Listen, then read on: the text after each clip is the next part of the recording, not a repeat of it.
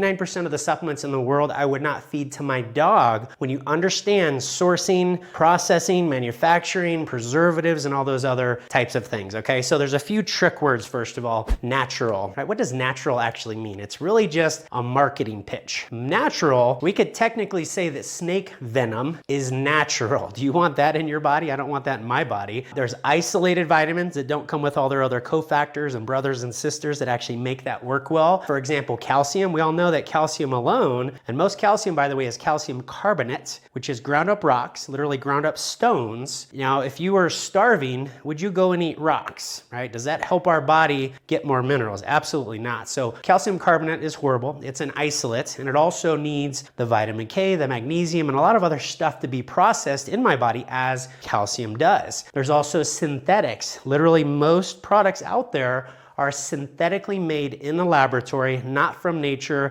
They are a right-handed spin. In chemistry, we learn right-handed and left-handed spin. Non-real things are right-handed spins. It's toxic to the body. We need left-handed spins, and that comes from whole foods. That's just a chemistry thing. Once you understand how processing is, if I take spinach is really good for me, but if I process it, use acids and heat and all these other things to pull the nutrients out of it, well, I just damaged all the good nutrients that were good for me in that raw form of spinach. Storing of products is just as important. If I want to get that live, real food from nature into this bottle to have the same therapeutic effect as it did in nature, it's a very complex process from seed all the way to growth of that plant, sourcing what part of the plant is the most nutrient dense, to now processing it carefully, encapsulating it or turning it into a liquid, and then getting it into this bottle so it's as close to nature as possible. So storage of these items is just as important because enzymes are denatured at about 118 degrees Fahrenheit. That's not very hot. That's a hot day in Arizona, right? So 118 degrees Fahrenheit literally turns that live food into kind of a processed dead food because it denatures the enzymes which gave it life. So, and also which part of the plant are they sourcing from? Even that 20% of the herbs they tested, even if it was the